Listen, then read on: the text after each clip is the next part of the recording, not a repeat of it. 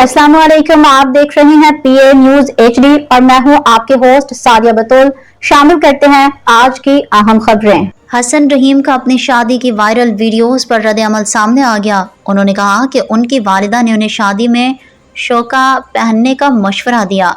गिलगित बल्तिस्तान से ताल्लुक रखने वाले गुलकार और नगमा निगार हसन रहीम ने अपनी शादी की वायरल वीडियोस पर तबसरा किया है।